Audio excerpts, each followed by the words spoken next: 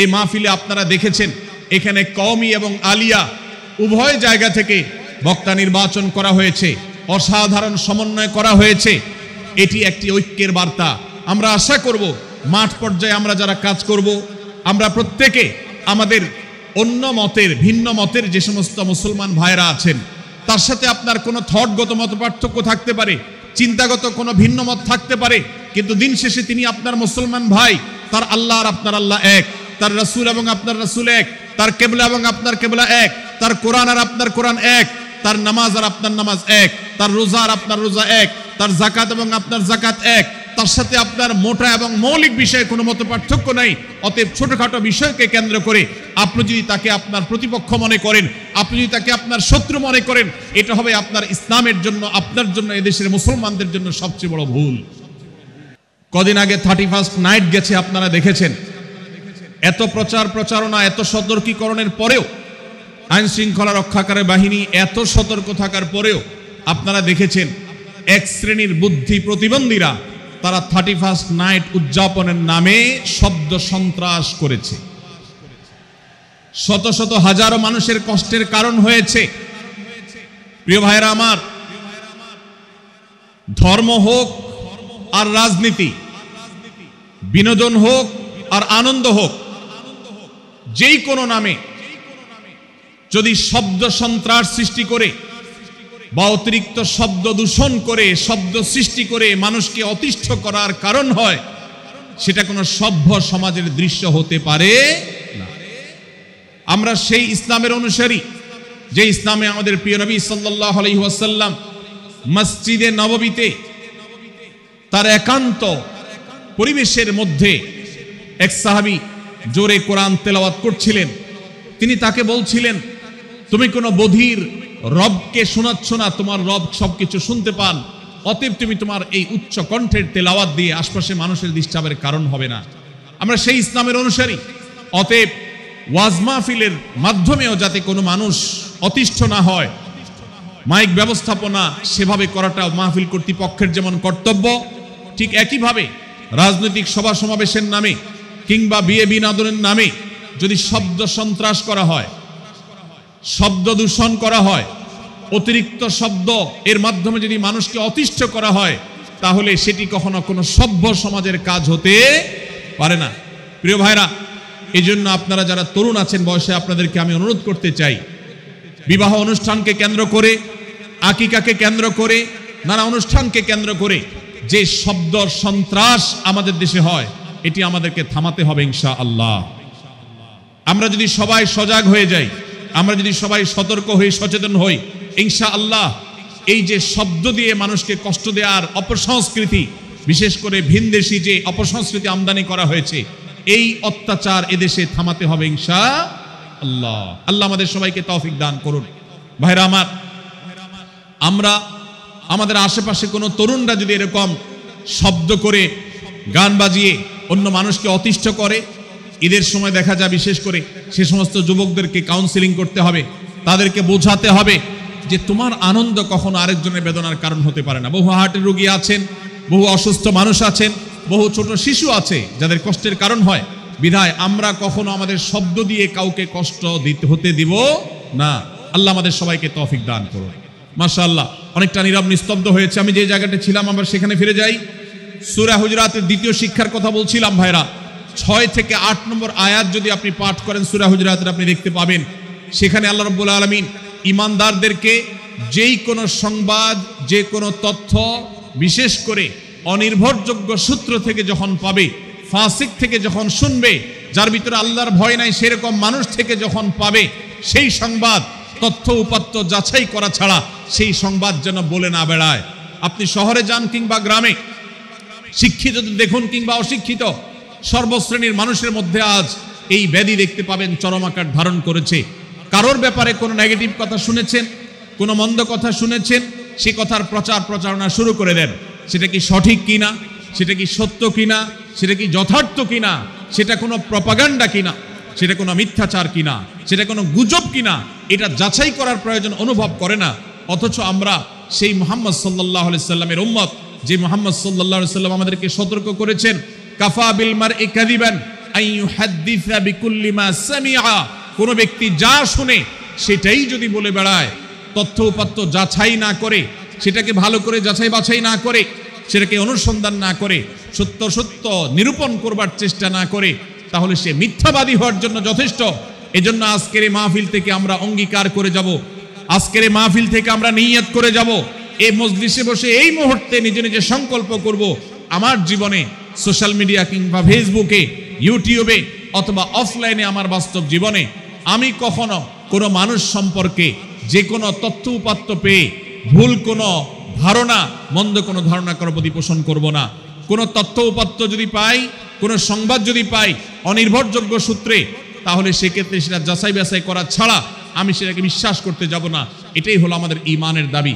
ভাইরা আমার, একজন ঈমানদার এতটা সরল হবে না যে যা শুনবে সে সেটাকে বিশ্বাস করে বসবে। একজন ঈমানদার এতটা বাস্তবতা থেকে দূরে থাকবে না যে তিনি তার পাওয়া কোনো সংবাদকে অনুসন্ধান করবে না।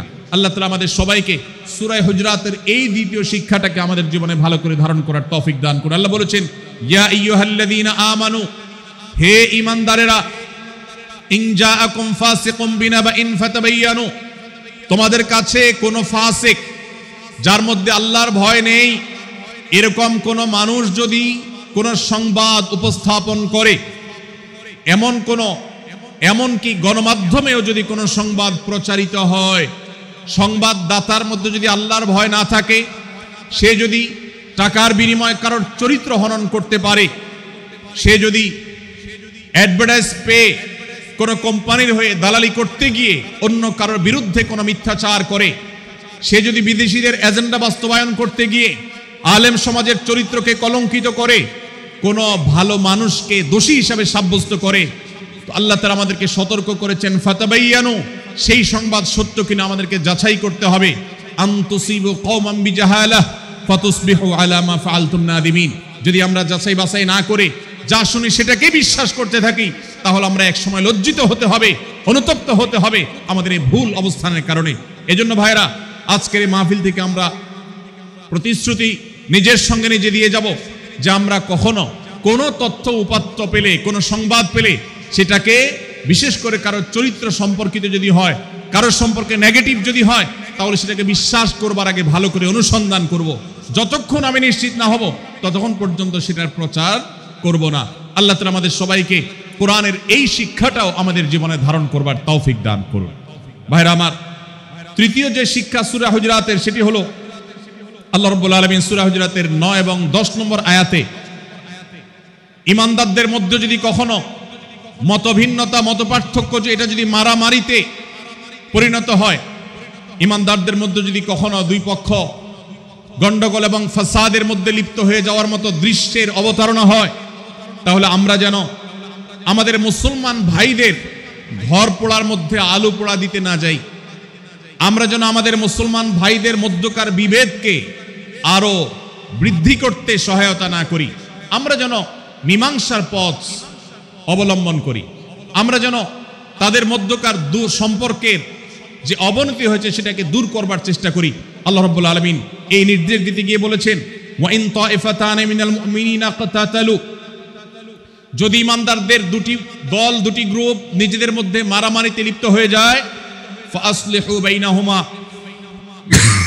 তাহলে তোমরা সেই বিবাদমান দুটি দলকে মীমাংসা করবার চেষ্টা করবে। আজ আমাদের মধ্যে এরকম বহু বিষয়কে কেন্দ্র করে মুসলমানদের মধ্যে অনেক সময় মুখোমুখি অবস্থান আমরা দেখতে পাই, যা দুর্ভাগ্যজনক, যা হওয়ার কথা ছিল না। এমনকি জাগতিক বিষয়ে যেমন হয়, ধর্মের নামে, ইসলামের নামে আজ আমরা হাজার হাজার টুকরা হয়েছি। আজ গোটা বিশ্বে আমাদের মুসলমানদের যে অবস্থান দুর্বল হয়েছে, এর অন্যতম প্রধান কারণ হলো আমাদের অনৈক্য। আমরা যদি আজ আহলে কিবলা, আহলে সুন্নাহ ওয়াল জামাআতের অনুসারীরা নানান মত এবং পথের অনুসারী হওয়া সত্ত্বেও, নানান থট এবং পন্থার অনুসারী হওয়া সত্ত্বেও, আমরা যদি মৌলিক বিষয়গুলোর উপর সবাই ঐক্যবদ্ধ থাকতাম, আমরা যদি আল্লাহ তাআলার দেওয়া ইত্তিহাদ মাল ইখতিলাফ, বৈচিত্র্যময় ঐক্য, বিভিন্ন বিষয়ে মতভিন্ন থাকা সত্ত্বেও মৌলিক বিষয়ে ঐক্যমতে আমরা যদি থাকতে পারতাম, আমাদের মধ্যে যদি মুসলিম ভ্রাতৃত্ববোধ থাকতো, আমাদের মধ্যে যদি বলয় ভিত্তিক যে দেয়াল আর প্রাচীরগুলো আছে সেগুলো যদি না থাকতো, তাহলে আজ বাংলাদেশের বাস্তবতা হলো, বাংলাদেশে আল্লাহর কোরআন, আল্লাহ রাসূল সাল্লাল্লাহু আলাইহি ওয়াসাল্লামের হাদিসের আলোকে বাংলাদেশ আজ অটোমেটিক পরিচালিত হতো, ঠিক কিনা বলেন? আমরা যদি আজ ঐক্যবদ্ধ থাকতাম, তাহলে এদেশের হাতে গোনা যাবে এরকম স্বল্প সংখ্যক নাস্তিকেরা, ইসলাম এবং মুসলমানদের শত্রুরা, তারা আমাদেরকে নিয়ে তারা আজ যে খেলা খেলছে, আমাদেরকে যে তারা শাসন করছে, আমাদেরকে যে তারা তাদের অধীনস্থ করে রাখছে, আমাদের উপরে যে আজ ভিনদেশি কালচার চাপিয়ে দিচ্ছে, আমাদের উপরে তারা যে আজ কর্তৃত্ব করছে, আমাদেরকে আজ টুকরা টুকরা করছে, এই দুঃসাহস তারা কোনোদিন দেখাতে পারতো না যদি আমরা ঐক্যবদ্ধ থাকতাম। ভাইরা আমার, এই জন্য আমরা সব বিষয়ে সবাই একমত হব না। আজকের এই মাহফিলে যত মানুষ এসেছেন সবাই সব বিষয়ে একমত নন। এমনকি আজকের এই মাহফিল কর্তৃপক্ষ যে আয়োজন করছেন 3 দিন ব্যাপী, এই মাহফিলে আপনারা দেখেছেন এখানে কওমি এবং আলিয়া উভয় জায়গা থেকে বক্তা নির্বাচন করা হয়েছে, অসাধারণ সমন্বয় করা হয়েছে। এটি একটি ঐক্যের বার্তা। আমরা আশা করব মাঠ পর্যায়ে আমরা যারা কাজ করব, আমরা প্রত্যেকে আমাদের অন্য মতের, ভিন্ন মতের যে সমস্ত মুসলমান ভাইরা আছেন, তার সাথে আপনার কোনো থটগত মত পার্থক্য থাকতে পারে, চিন্তাগত কোনো ভিন্ন মত থাকতে পারে, কিন্তু দিন শেষে তিনি আপনার মুসলমান ভাই। তার আল্লাহ আর আপনার আল্লাহ এক, তার রাসূল এবং আপনার রাসূল এক, তার কিবলা এবং আপনার কিবলা এক, তার কোরআন আর আপনার কোরআন এক, তার নামাজ আর আপনার নামাজ এক, তার রোজা আর আপনার রোজা এক, তার যাকাত এবং আপনার যাকাত এক, তার সাথে আপনার মোটা এবং মৌলিক বিষয়ে কোনো মত পার্থক্য নাই। অতএব ছোটখাটো বিষয়কে কেন্দ্র করে আপনি যদি তাকে আপনার প্রতিপক্ষ মনে করেন, আপনি যদি তাকে আপনার শত্রু মনে করেন, এটা হবে আপনার ইসলামের জন্য, আপনার জন্য, এদেশের মুসলমানদের জন্য সবচেয়ে বড় ভুল। ভাইরা আমার, হারদুই হযরত আশরাফ আলী থানভী রহমতুল্লাহ আলাইহির সর্বশেষ খলিফা আবরুল হক সাহেব রহমতুল্লাহ আলাইহি বলতেন, दीन के हर काम करने वालों को रफीक समझो, फरीक ना समझो। যারাই আল্লাহর দ্বীনকে বুলন্দ করবার জন্য, যারাই আল্লাহর দ্বীনকে সেবা দেওয়ার জন্য, খেদমত করার জন্য কাজ করছে, তার পদ্ধতি তোমার থেকে ভিন্নতর হতে পারে। তাকে তুমি তোমার বন্ধু মনে করো, সহযাত্রী মনে করো, পথযাত্রী মনে করো, সহযোদ্ধা মনে করো, তোমার প্রতিপক্ষ মনে করবে না। প্রিয় ভাইরা আমার, আজ বাংলাদেশে ইসলাম যতটা পিছিয়ে আছে তার প্রধান কারণ হলো আমাদের অনৈক্য। আজ আমরা যদি আমাদের মধ্যকার যে সমস্ত দেয়াল এবং প্রাচীরগুলো, অদৃশ্য প্রাচীরগুলো উঠে আছে, যেগুলো আমাদের মুসলিম ভ্রাতৃত্বকে ভেঙে খান খান করে দিয়েছে, টুকরো টুকরো করে দিয়েছে, যদি আজ আমরা সে সমস্ত অদৃশ্য প্রাচীরগুলো দূরে সরাতে পারতাম, আমার ভিন্ন মতের ভাইকে যদি আমার ভাই মনে করতে পারতাম, তার যদি আমি কল্যাণকামী হতে পারতাম, আল্লাহর কোরআনের ঘোষণা অনুযায়ী এই মুসলমানদের ঐক্যবদ্ধ শক্তিকে দমাবার শক্তি পৃথিবীর কারোর নাই, কারোর নাই, কারোর নাই। আজ আমার ভাইয়েরা ফিলিস্তিনে মার খাচ্ছে, যদি আজ গোটা বিশ্বের মুসলমানরা আমরা ফিলিস্তিনে মুসলমানদের উদ্ধারের ব্যাপারে ঐক্যবদ্ধ থাকতাম, ফিলিস্তিনে মুসলমানের দিকে চোখ তুলে তাকাবার শক্তি বিশ্বের কোনো কাফেরদের থাকতো না। আজ যদি আমরা আমাদের মুসলমান নির্যাতিত ভাইদের ব্যাপারে সারা বিশ্বের মুসলমানরা ঐক্যবদ্ধ অবস্থান গ্রহণ করতে পারতাম, মুসলমানের দিকে চোখ তুলে তাকাবার শক্তি বিশ্বের কোনো কারোর থাকতো না। ভাইরা আমার, গোটা বিশ্বে ঐক্য প্রতিষ্ঠা করা আপনার আমার মতো সাধারণ মানুষের দ্বারা হয়তো সম্ভবপর হবে না, কিন্তু আমরা যারা মাঠ পর্যায়ে কাজ করছি, আমি আপনাদেরকে করজোড় করে অনুরোধ করতে চাই। আমি জানি আপনার এলাকাতে, আপনার মহল্লাতে আপনার সাথে অন্য মুসলমান ভাইদের অনেক ক্ষেত্রে মতভিন্নতা আছে। সেটা রাজনৈতিক দৃষ্টিভঙ্গির ক্ষেত্রে হতে পারে, সেটা ধর্মীয় থট এবং মানহাজ, মাযহাব, মাসলাকগতভাবে হতে পারে, সেটা অন্য কোনো ইস্যু ভিত্তিক মত পার্থক্য হতে পারে। আল্লাহর জন্য, আল্লাহর ওয়াস্তে, আল্লাহর ওই আয়াতকে মেনে আমল করার চেষ্টা করি আমরা। আল্লাহ বলেছেন, ওয়া'তাসিমু বিহাবলিল্লাহি জামিআন ওয়া লা তাফাররাকু, তোমরা আল্লাহর রশিকে সবাই ঐক্যবদ্ধভাবে আঁকড়ে করে ধরো, ঐক্যবদ্ধভাবে আল্লাহর রশিকে আঁকড়ে ধরো, তোমরা পরস্পর বিচ্ছিন্ন হয়ে যেও না। আমরা অনেক ফরজের কথা শুনেছি, নামাজ রোজা ফরজ আমরা জানি, বাবা মার প্রতি সদ্ব্যবহার করার ফরজের কথা আমরা জানি, আত্মীয়তার সাথে সুসম্পর্ক আত্মীয়তার বন্ধন রক্ষার কথা আমরা জানি, ফরজ হওয়ার কথা জানি, কিন্তু মুসলমানদের ঐক্যবদ্ধ থাকতে হবে এই ফরজের কথা আমরা অনেকেই জানি না। ভাইরা আমার, মুসলমানদেরকে আল্লাহ রাব্বুল আলামিন ঐক্যবদ্ধ থাকার নির্দেশ দিয়েছেন। এই ঐক্যটা এর মানে এই নয় যে সবাই এক মতের হয়ে যাবে সব বিষয়ে।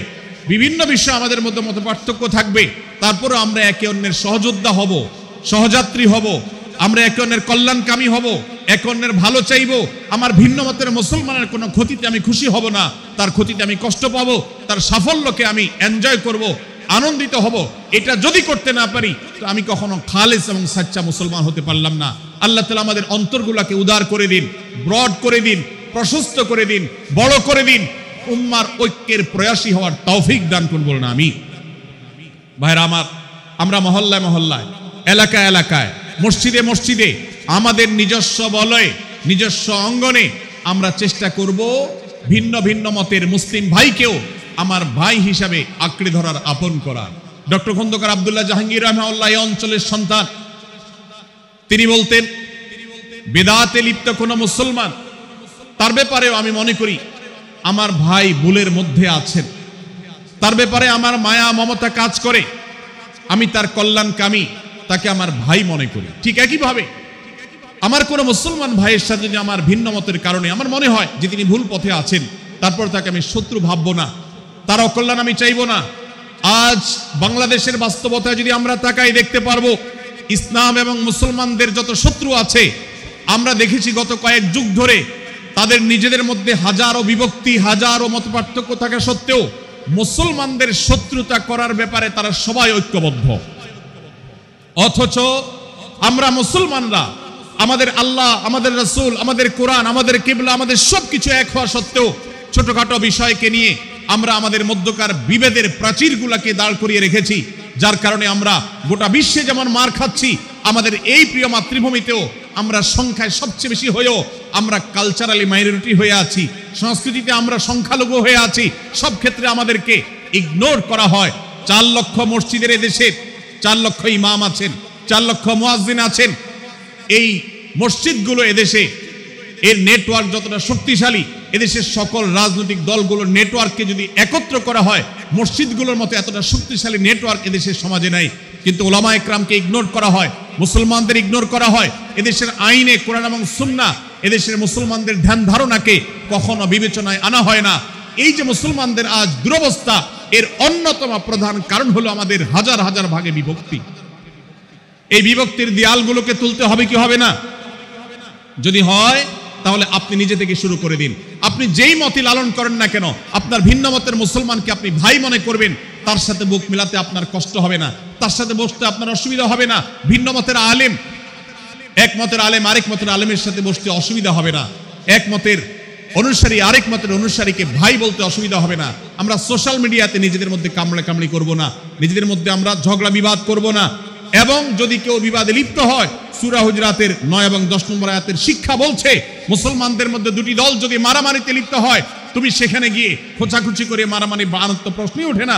বরং আল্লাহ বলছেন যে ফাসলিহু বাইনাহুমা, তাদের উভয়ের মধ্যে মীমাংসা করবার জন্য তুমি উদ্যোক্তা হও, তুমি উদ্যোগী হও।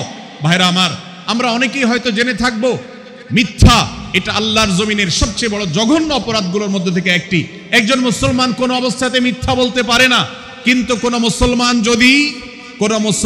যদি অন্য মুসলমানের সাথে কখনো বিবাদ বিতণ্ডায় লিপ্ত হয়ে যায়, দুজন মুসলমান বা দুটি বলয়, দুটি পক্ষ, দুটি গোষ্ঠী মুসলমানদের, তাদের মধ্যে যদি কোনো বিষয় যদি ভুল বুঝাবুঝি তৈরি হয়, ভিন্ন মত সৃষ্টি হয়, একে অন্যের সাথে শত্রু ভাবাপন্ন হয়ে যায়, তাহলে তাদের দুইজনের মধ্যে বা দুই পক্ষের মধ্যে মীমাংসা করবার জন্য কেউ যদি মিথ্যা কথাও বলে, অর্থাৎ আপনি এক পক্ষের কাছে গিয়ে বললেন, ভাই আপনি যাকে এত খারাপ মনে করছেন, যার ব্যাপারে আপনি এতটা রাগান্বিত হয়ে আছেন, আমি তো জানি তিনি আপনার ব্যাপারে অনেক সফট চিন্তা রাখেন, আপনার ব্যাপারে অনেক ইতিবাচক ভাবনা রাখেন, আপনার ব্যাপারে অনেক সুধারণা পোষণ করেন। আপনি যদি একজন মুসলমানের কাছে গিয়ে, এক পক্ষের কাছে গিয়ে যদি এই কথাটা বলেন, বাস্তবে তিনি যদি এটা নাও বলেন, তারপরেও আপনি যদি এই মিথ্যা কথা বলেন, এই মিথ্যা এটা শুধু জায়েজ নয়, বরং এই মিথ্যাটা এর মাধ্যমে আপনি যে তাদের পরস্পরের সম্পর্ককে ভালো করার চেষ্টা করেছেন, এর মাধ্যমে আপনি আল্লাহর কাছে নেকি এবং সওয়াব পাবেন ইনশাআল্লাহ।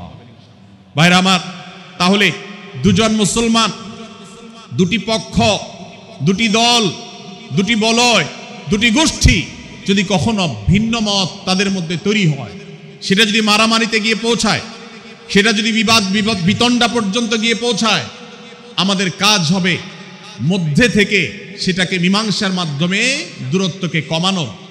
আমরা কখনো দূরত্ব বাড়াবো না, পারলে দূরত্ব কমাবো। ডক্টর খন্দকার আব্দুল্লাহ জাহাঙ্গীর রহমতুল্লাহ একটা কথা বলতেন, মুসলমানদের বাড়িতে যে আগুন লেগেছে, বিভেদের আগুন, মতবিরোধের আগুন, মত পার্থক্য, এটা মতবিরোধে যে পৌঁছে গেছে, এ আগুন তিনি বলতেন আমি নিভাবার মতো শক্তি আমার নাই, এত পাওয়ার নাই যে বহুদা বিভক্ত মুসলমানদেরকে আমি ঐক্যবদ্ধ করে ফেলবো, এত শক্তি আমার হাতে নেই। কিন্তু একটা শক্তি আমার কাছে আছে ভাই, সেটা হলো যে বিবাদমান মুসলমানদের মধ্যে বিবাদ যেন আর না বাড়ে, বিবাদের যে আগুন লেগেছে সে আগুনে যেন আর ঘি ঢালা না হয়, কেরোসিন ঢালা না হয়, সেজন্য আমি ভূমিকা রাখতে পারি। আমি আপনাদেরকে বিনয়ের সাথে অনুরোধ করতে চাই, যত বিষয় নিয়ে আমাদের মুসলমানদের পরস্পরের মত পার্থক্য আছে, হতে পারে সেটা মাসআলা নিয়ে, হতে পারে সেটা রাজনৈতিক অবস্থানকে কেন্দ্র করে, হতে পারে অন্য কোনো বিষয়কে কেন্দ্র করে, আপনি বিভেদ মিটাতে পারেন আর না পারেন, বিভেদ যেন না বাড়ে সেজন্য আপনি অবস্থান গ্রহণ করবেন, বিভেদ বাড়ার ক্ষেত্রে কোনো ভূমিকা পালন করবেন না, এবং সব সময় উম্মার ঐক্য প্রয়াস চাইবেন, প্রয়াস চালাবেন, উম্মার ঐক্য চেষ্টা করবেন। আল্লাহর কাছে আপনি যে দোয়াগুলো করেন, এর মধ্যে একটা দোয়া যেন এটাও থাকে, হে আল্লাহ, আমরা বহুদা বিভক্ত হয়ে গেছি, আমরা টুকরা টুকরা হয়ে গেছি, যার কারণে তোমার ভাষ্য অনুযায়ী ফাতাফশালু ওয়া তাযহাবা রিহুকুম, আজ আমাদের শক্তি শেষ হয়ে গেছে, আমরা দুর্বল হয়ে গেছি। আজ বাংলাদেশের বাস্তবতা যদি আমরা বলি, যে দেশের 90-95 ভাগ মানুষ মুসলমান, সে দেশে আজ হাতে গোনা কিছু নাস্তিক, কিছু ইসলাম বিদ্বেষী, মুসলমান বিদ্বেষীরা, তারা আমাদেরকে আজ উঠা বসা করায়, তারা আমাদের আইন নির্ধারণ করে, তারা আমাদের শাসক নির্ধারণ করে, তারা আমাদের সব বিষয়গুলোকে নির্ধারণ করে দেয়। আমাদের সন্তানরা পাঠ্যপুস্তকে কি পড়বে সেটাও ইসলাম বিদ্বেষীরাই ঠিক করে দেয়। ভাইরা আমার, এই অবস্থার যদি পরিবর্তন চাই, তাহলে আমাদের মধ্যকার দূরত্বগুলো কমাতে হবে। এজন্য আপনার দোয়ার মধ্যে আল্লাহর কাছে নিবেদন করুন, আল্লাহ আপনি আমাদের মধ্যকার বিভেদগুলো কমিয়ে দিন, আল্লাহ আমাদের ওলামাদেরকে ঐক্যবদ্ধ করে দিন, আল্লাহ আমাদেরকে ইত্তেহাদ মাল ইখতিলাফ, বৈচিত্র্যময় ঐক্য, মতভিন্ন থাকা সত্ত্বেও মৌলিক বিষয় ঐক্যবদ্ধ হওয়ার তৌফিক দান করুন। সীসাঢালা প্রাচীরের মতো আমাদেরকে কাঁধে কাঁধ মিলিয়ে আল্লাহ এবং তার রাসূল সাল্লাল্লাহু আলাইহি সাল্লামের আদেশ নিষেধকে ব্যক্তি, সমাজ, পরিবার, রাষ্ট্রে সর্বত্র বাস্তবায়নের জন্য কাজ করার তৌফিক দান করুন। আমরা আমাদের দোয়ার মধ্যে মুসলমানদের ঐক্যের জন্য দোয়া করব তো ইনশাআল্লাহ। আল্লাহ তাআলা আমাদেরকে সেই তৌফিক দান করুন। ভাইরা আমার, তাহলে সূরা হুজুরাতের তৃতীয় শিক্ষা বলছিলাম, 9 থেকে 10 নম্বর আয়াতে আল্লাহ রাব্বুল আলামিন মুসলমানদের মধ্যে যদি কখনো বিবাদ, বিতণ্ডা, মারামারি, হানাহানি সৃষ্টি হয়, তাহলে সেটিকে মীমাংসা করবার কথা বলেছেন। অতএব যদি কোনো স্বামী স্ত্রীর মধ্যেও কখনো মনোমালিন্য তৈরি হয়, আপনার যদি সেখানে ভূমিকা রাখবার সুযোগ থাকে, আপনি চেষ্টা করবেন উভয়ের মধ্যে দূরত্বটা কমাবার জন্য। আমরা অনেকে আজকাল নামাজ কালাম পড়ি, রোজা রাখি, দাড়ি রাখি, অনেক ভালো ভালো কথা বলি, অথচ দুজনের মধ্যে গন্ডগোল লাগলে আমরা সেখানে এক পক্ষ হয়ে আরেক পক্ষকে আমরা খেপিয়ে তুলি। পারলে অনেকে চগলখড়ি করেন, প্রত্যেক পক্ষের কাছে গিয়ে অপর পক্ষের ব্যাপারে মিথ্যা কথা বলে তাদের মধ্যে ভেজালকে আরো বাড়িয়ে দেন। এই জন্য নবী সাল্লাল্লাহু আলাইহি ওয়াসাল্লামের ঐতিহাসিক হাদিস রয়েছে, লা ইয়াদখুলুল জান্নাতা নাম্মাম, যে ব্যক্তি চগলখড়ি করে, দুজনের মধ্যকার গন্ডগোল ফাসাদ বৃদ্ধিতে যে ব্যক্তি ভূমিকা রাখে, ভেজাল লাগায়, এই চগলখোর কখনো জান্নাতে যাবে না। আমাদের অনেকেরই এই দুঃস্বভাব আছে, এই খারাপ চরিত্র আছে। সূরা হুজুরাত, এই জন্য আমাদের আজকের যে সমাজ বাস্তবতা আছে, আমাদের যে ব্যাধি আছে ব্যক্তিগত পর্যায়ে, আমাদের পরিবারের, সমাজের সর্বত্র যে ব্যাধিগুলো ছেয়ে গেছে, সূরা হুজুরাতের প্রতিটি আয়াত যেন সেই ব্যাধির সবচেয়ে বড় মহৌষধ, সেটার জন্য সবচেয়ে বড় প্রতিষেধক, সেটার জন্য সবচেয়ে বড় সমাধান। এই জন্য আমি বলেছি শুরুতে, আমার যদি আল্লাহ শক্তি সামর্থ্য দিতেন, প্রত্যেক মুসলমানের হাতে পায়ে ধরে সূরা হুজুরাতের 18টি আয়াত, প্রত্যেকটি আয়াত আমি আমার মুসলমান ভাইদেরকে বলতাম, বারবার পড়ুন, বারবার পাঠ করুন, বোঝার চেষ্টা করুন, জীবনকে পরিবর্তন করুন। এদেশে নামাজি মুসলমান আপনি কম বেশি পাবেন, এদেশে রোজাদার মুসলমান কম বেশি পাবেন, এদেশে হজ আদায়কারী মুসলমান কম বেশি পাবেন, এদেশে তাসবিহরত মুসলমান কম বেশি পাবেন। কিন্তু এদেশে আচার আচরণ, কাজ কারবার, আখলাক এবং বান্দার হক এবং অধিকার, অন্যের অধিকার সংশ্লিষ্ট বিষয়ে সচেতন মুসলমান আপনি খুব বেশি পাবেন না। আর এই জন্যই আমাদের জান্নাতের পথে অনেক বড় অন্তরায় হয়ে আছে। আজ আমাদের চরিত্রগুলো নষ্ট হয়ে গেছে। আমরা নামে মুসলমান, আমরা চগলখড়ি করি, আমরা নামে মুসলমান, দুজনের মধ্যে গন্ডগোল সৃষ্টি করে দেই। গন্ডগোল আগে থেকে সৃষ্টি থাকলে সেটাকে বাড়াবার চেষ্টা করি। আমরা নামে মুসলমান, আমাদের শিষ্টাচার নাই, আদব নাই, লেহাজ নাই। এই জন্য সূরা হুজুরাতের প্রতিটি আয়াত আমাদেরকে শিক্ষা দেয়। আল্লাহ তাআলা আমাদের সকলকে এই শিক্ষাগুলো আজকের এই মাহফিল থেকে আমাদের বুকের ভেতরে পরম যত্ন সহকারে নিয়ে যাওয়ার এবং আমাদের জীবনকে পরিবর্তন করার তৌফিক দান করুন। ভাইরা আমার, তৃতীয় এই শিক্ষাটি শেষ করে আমি বলতে চাচ্ছি, চতুর্থ আয়াতে আল্লাহ রাব্বুল আলামিন আমাদেরকে বলেছেন আমরা যেন কেউ কাউকে নিয়ে বিদ্রূপ না করি, ব্যঙ্গ না করি, কেউ কাউকে যেন বাজে নামে না ডাকি, কেউ যেন কাউকে খোঁচাখুচি না করি, কেউ যেন কাউর নাম বিকৃত করে তাকে না ডাকি। ভাইরা আমার, এই আয়াতটি আমি শুরুতে তেলাওয়াত করেছি। আল্লাহ বলেছেন ইয়া আইয়ুহাল্লাযীনা আমানু লা ইয়াসখার কওমুম মিন কওমিন আসা আন ইয়াকুনু খায়রাম মিনহুম।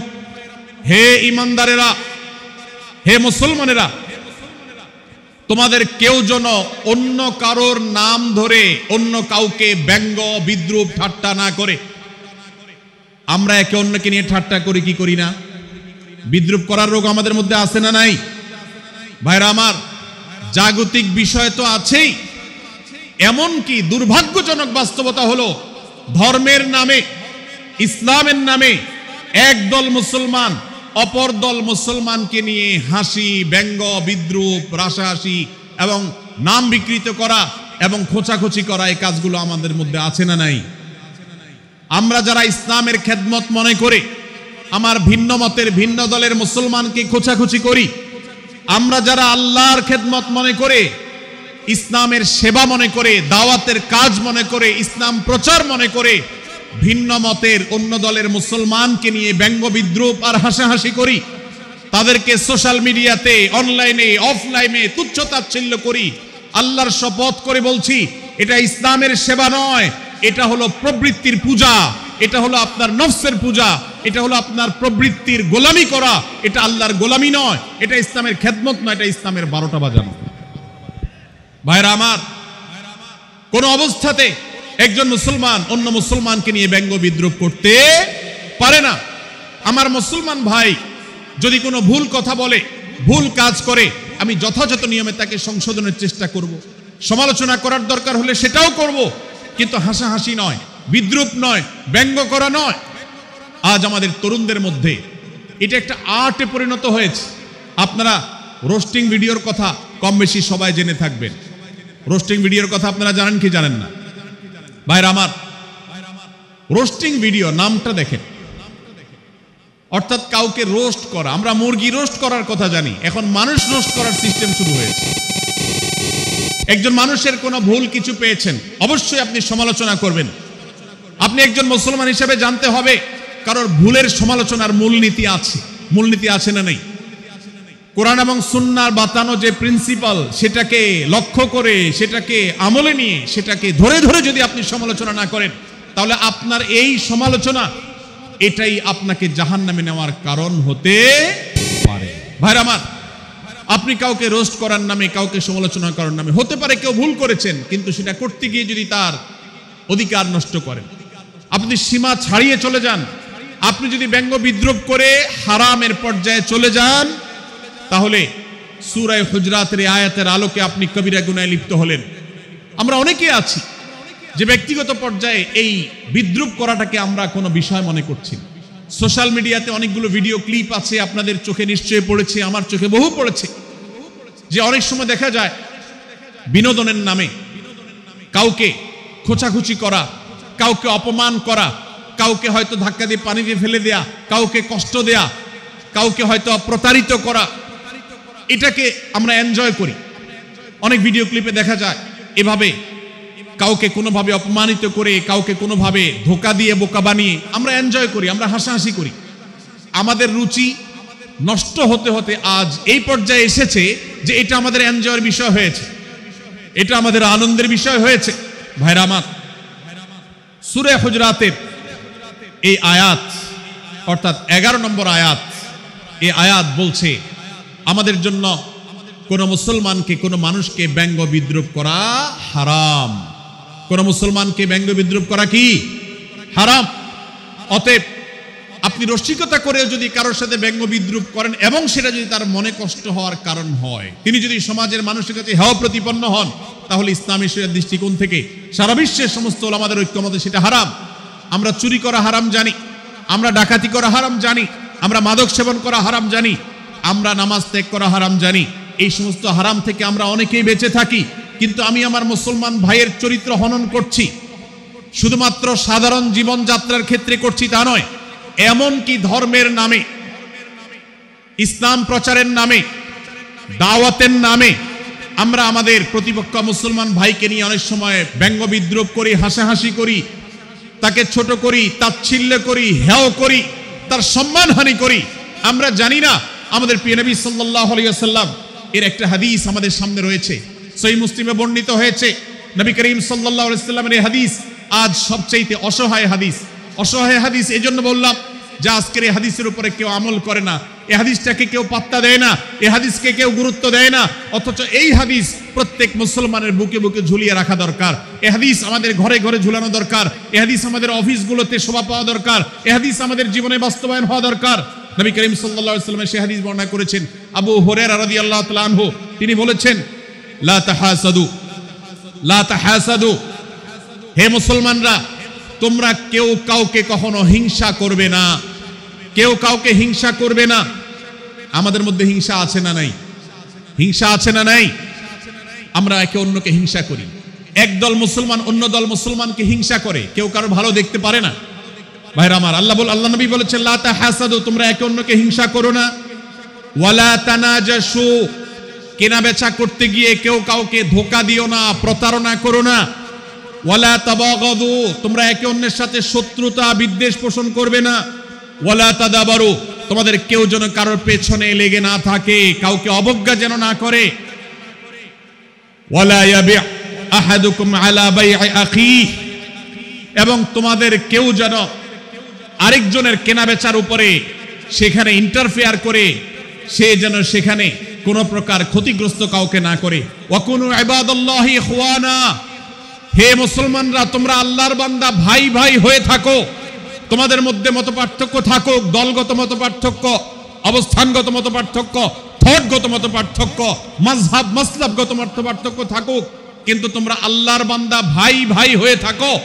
এক দলের মুসলমানকে আল্লাহ তাআলা ভাই ভাই হতে বলেন নাই, এক গ্রুপের মুসলমানকে আল্লাহ ভাই ভাই হতে বলেন নাই, এক বলয়ের মুসলমানকে আল্লাহ ভাই ভাই হতে বলেন নাই, নিজ দলের মুসলমানের সাথে আল্লাহ ভাই ভাই থাকতে বলেন নাই। আল্লাহ বলেছেন সকল মুসলমানদের সাথে ভাই ভাই হয়ে থাকার জন্য, ভ্রাতৃত্বের বন্ধনে থাকার জন্য। এজন্য আল্লাহ নবী সাল্লাল্লাহু আলাইহি ওয়াসাল্লাম সে নির্দেশ করেছেন। আল্লাহ নবী সাল্লাল্লাহু আলাইহি ওয়াসাল্লাম আরো বলেছেন, আল মুসলিমু আখুল মুসলিম, মুসলমান মুসলমানের ভাই, লা ইয়াজলিমুহু ওয়ালা ইয়াখযুলুহু, কোন মুসলমান কোন মুসলমানকে জুলুম করতে পারে না, তার আইল ঠেলতে পারে না, তার জমি দখল করতে পারে না, তার অধিকার নষ্ট করতে পারে না, তাকে কথা দিয়ে অত্যাচার করতে পারে না। ওয়ালা ইয়াখযুলুহু, তাকে অপমানিত করতে পারে না, লাঞ্ছিত করতে পারে না। ওয়ালা ইয়াকযিবুহু, তার সাথে মিথ্যা বলতে পারে না। ওয়ালা ইয়াহকিরুহু, তাকে তাচ্ছিল্য করতে পারে না।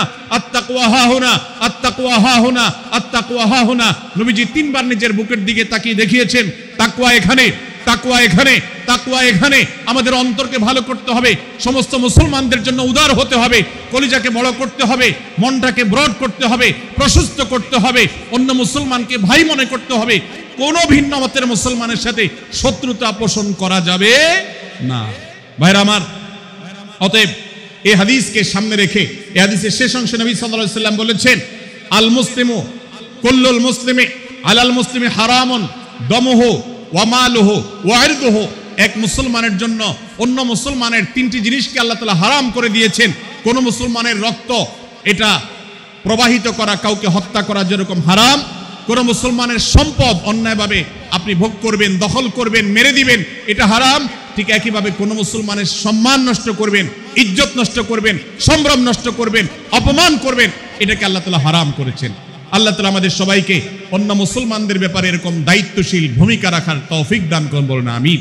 ভাইরা আমার, সূরা হুজরাতের 4 নম্বর আয়াতের এই শিক্ষাকে ধারণ করে আমরা কারোর প্রতি ব্যঙ্গাত্মক আচরণ করব না।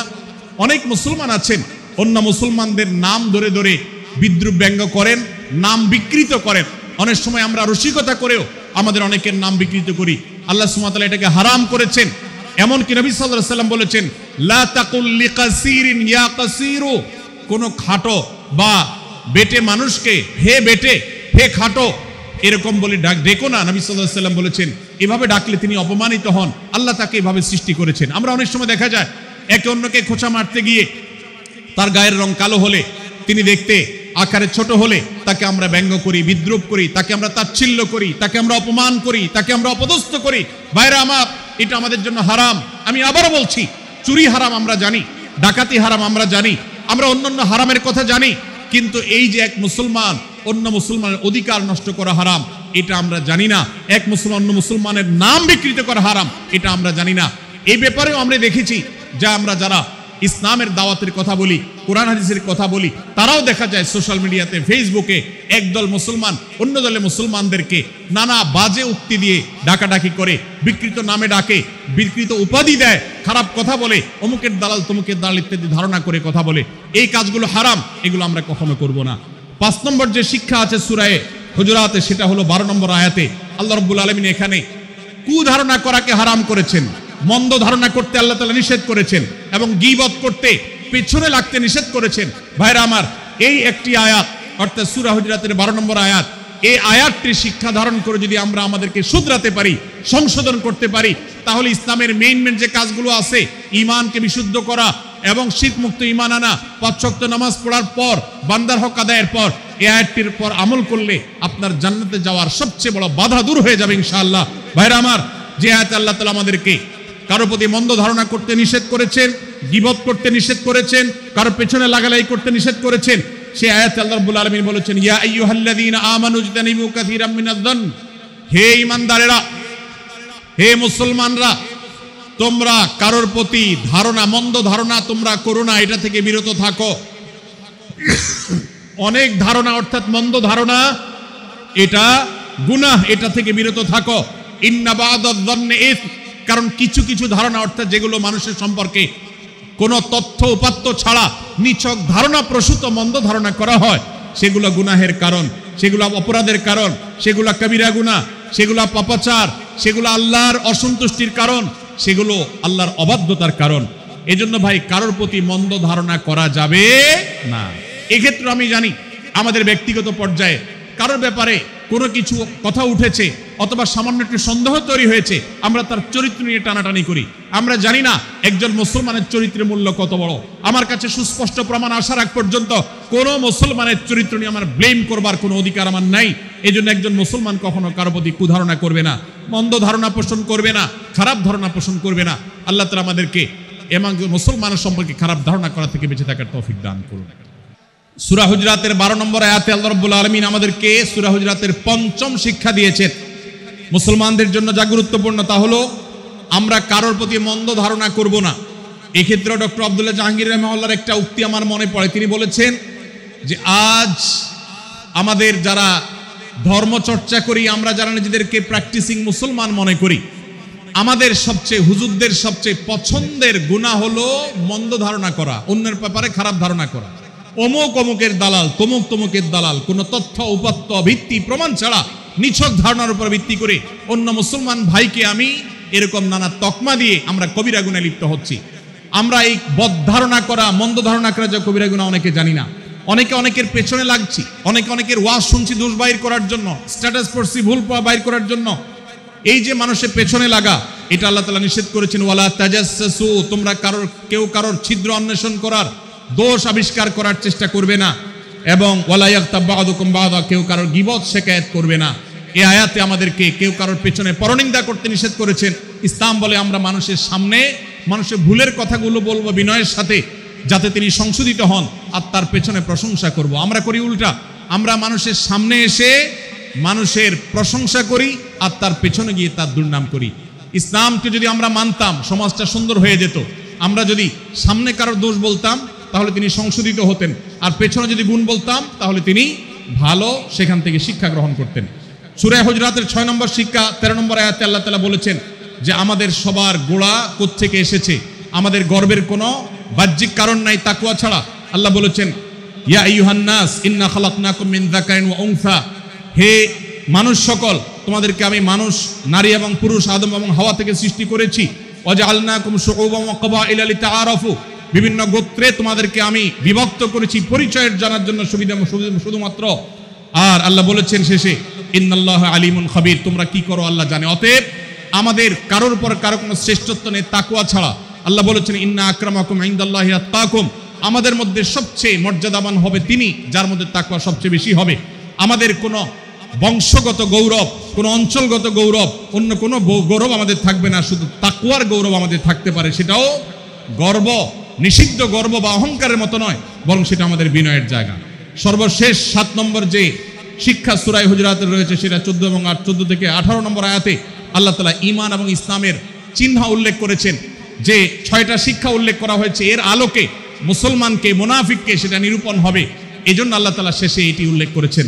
এই 7টি শিক্ষাকে ধারণ করে আমরা আমাদেরকে ভালো মুসলমান হিসেবে গড়ে তোলার চেষ্টা করব, আমাদের জীবনকে সাজাবার চেষ্টা করব। আল্লাহ তাআলা আমাদের সবাইকে তৌফিক দান করুন। আমি আবারও এক নজরে বলে শেষ করছি, সূরা হুজরাত কোরআনে কারীমের 26তম পারার একটি সূরা, 49 নম্বর সূরা, কোরআনের 18টি আয়াতের আছে।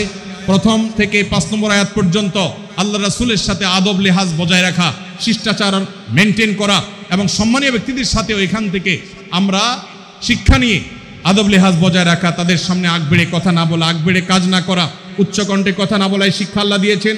দ্বিতীয়ত, আমাদেরকে কোনো সংবাদ, বিশেষ করে অনির্ভরযোগ্য তথ্যের সংবাদ শুনে আমাদেরকে কারোর ব্যাপারে ধারণা করার আগে আল্লাহ তাআলা আমাদেরকে যাচাই করার শিক্ষা দিয়েছেন। আমরা যেন গুজবে, আমরা যেন ধারণাপ্রসূত কোনো তথ্যে আমরা যেন কান না দেই, সেই শিক্ষা আল্লাহ আমাদেরকে দিয়েছেন। এটি 6 থেকে 8 নম্বর আয়াতে, 9 থেকে 10 নম্বর আয়াতে আল্লাহ তাআলা মুসলমানদের 2 গ্রুপের মধ্যে গন্ডগোল দেখা দিলে মীমাংসা করতে বলেছেন। এবং 4 নম্বর শিক্ষা 11 নম্বর আয়াতে বিদ্রুপ করতে নিষেধ করেছেন আল্লাহ তাআলা, কারণ নাম ধরে ব্যঙ্গ করাকে হারাম করা হয়েছে। এবং 5 নম্বর শিক্ষা 12 নম্বর আয়াতে আল্লাহ তাআলা দিয়েছেন, কারোর প্রতি মন্দ ধারণা করা যাবে না, কারোর পেছনে লাগা যাবে না, এবং কারোর মন্দ নামে কাউকে ডাকা যাবে না, কারোর সমালোচনা তার পেছনে করা যাবে না, এগুলোকে হারাম করা হয়েছে। 6 নম্বর শিক্ষা 13 নম্বর আয়াতে আল্লাহ বলেছেন, আমাদের সবার মধ্যে কারোর কোনো শ্রেষ্ঠত্ব নাই তাকওয়া ছাড়া। যার তাকওয়া যত বেশি, আল্লাহ ভীতি যত বেশি, তিনি আল্লাহর কাছে তত শ্রেষ্ঠ এবং সেরা। 7 নম্বর সর্বশেষ শিক্ষা হলো 14 থেকে 18 নম্বর আয়াতে আল্লাহ রাব্বুল আলামিন ঈমানদারদের আলামত, মুনাফিকদের আলামত উল্লেখ করেছেন। সেখান থেকে শিক্ষা নিয়ে আমরা আমাদের ঈমানকে পরখ করার চেষ্টা করব, আমাদের আমলকে পরখ করার চেষ্টা করব। আল্লাহ তাআলা আমাদেরকে সূরা হুজরাতের আলোকে আমাদের জীবনকে গঠন করার তৌফিক দান করুন, বলুন আমিন। আল্লাহ তাআলা আমাদের সবাইকে আজকের এই তাফসীর কোরআন মাহফিল থেকে সূরা হুজরাতের এই 7টি শিক্ষাকে ধারণ করে ভালো মুসলমান, যে মুসলমান সম্পর্কে নবীজি বলেছেন আল মুসলিম আখুল মুসলিম, মুসলমান মুসলমানের ভাই। যে হাদিসে নবীজি বলেছেন যে আল মুসলিমু মান সালিম আল মুসলিমুনা মিন লিসানি ওয়া ইয়াদি, মুসলমান সে যার হাত আর মুখ দ্বারা অন্য কোনো মুসলমান কষ্ট পায় না, নিরাপদে থাকে। আমরা আমাদের সমাজকে শান্তিপূর্ণ সুশৃঙ্খল রাখতে হলে আমাদেরকে মুসলমান হতে হবে, ভালো মানুষ হতে হবে। আমাদের হাত মুখ দ্বারা কেউ কষ্ট পাবে না, কারোর হক নষ্ট করব না, কারোর অধিকার নষ্ট করব না, কারোর কষ্টের কারণ হব না, কাউকে আঘাত করব না, কাউকে গালি দিব না, কারোর কোনো প্রকার অধিকার খর্ব করব না, জুলুম করব না। আল্লাহ তাআলা আমাদের সবাইকে কোরআন এবং হাদিস যে মুসলিমের চিত্র অঙ্কন করেছে, কোরআন এবং হাদিসে মুসলিমের যে রূপরেখা বর্ণনা করেছে, কোরআন এবং হাদিসে যে আদর্শ মুসলমানের চিত্র উপস্থাপন করেছে, আল্লাহ আমাকে, আপনাকে, আমাদের সবাইকে সেই মুসলমান হওয়ার তৌফিক দান করুন, বলুন আমিন। ভাইরা আমার, আমরা মুসলমানরা যদি কোরআন হাদিসের আলোকের সে আদর্শ মুসলমান হতে পারি, বিশ্বের মানচিত্র পরিবর্তন হতে সময় লাগবে না, বাংলাদেশের পরিস্থিতি পরিবর্তন হতে সময় লাগবে না। তবে সব কিছুর আগে আমাদেরকে বদলাতে হবে, আমাদেরকে মুসলমান হতে হবে, কোরআন এবং হাদিসের বাস্তব অনুসারী হতে হবে। প্রকৃত কোরআন হাদিসের অনুসারী হতে পারলেই ইনশাআল্লাহ ইসলামের জয় হবে, কোরআন হাদিসের বিজয় হবে, মুসলমানদের বিজয় হবে, মুসলমানদের দুর্দিনের পরিবর্তন আসবে। আমরা বিশ্ববাসীকে দেখাতে পারবো আমরা সবচেয়ে আদর্শবাদী, আমরা বিশ্বের মানবতার সবচেয়ে বড় আমরা অনুসারী এবং মানবতাকে সবচেয়ে বেশি প্রতিষ্ঠাকারী। আল্লাহ তাআলা আমাদের সবাইকে বিশ্ব মানবতাকে, আমাদের ইসলামের সৌন্দর্যকে আমাদের ব্যক্তি জীবনে চর্চা করার মধ্য দিয়ে, পরিবার এবং সমাজের চর্চা করার মধ্য দিয়ে ইসলামের সৌন্দর্যকে আল্লাহ তাআলা তুলে ধরার তৌফিক দান করুন। জাযাকুমুল্লাহু খায়রা ওয়া আখিরু দাওয়ানা আলহামদুলিল্লাহি রাব্বিল আলামিন। ওয়াসসালামু আলাইকুম ওয়া রাহমাতুল্লাহি ওয়া বারাকাতুহু।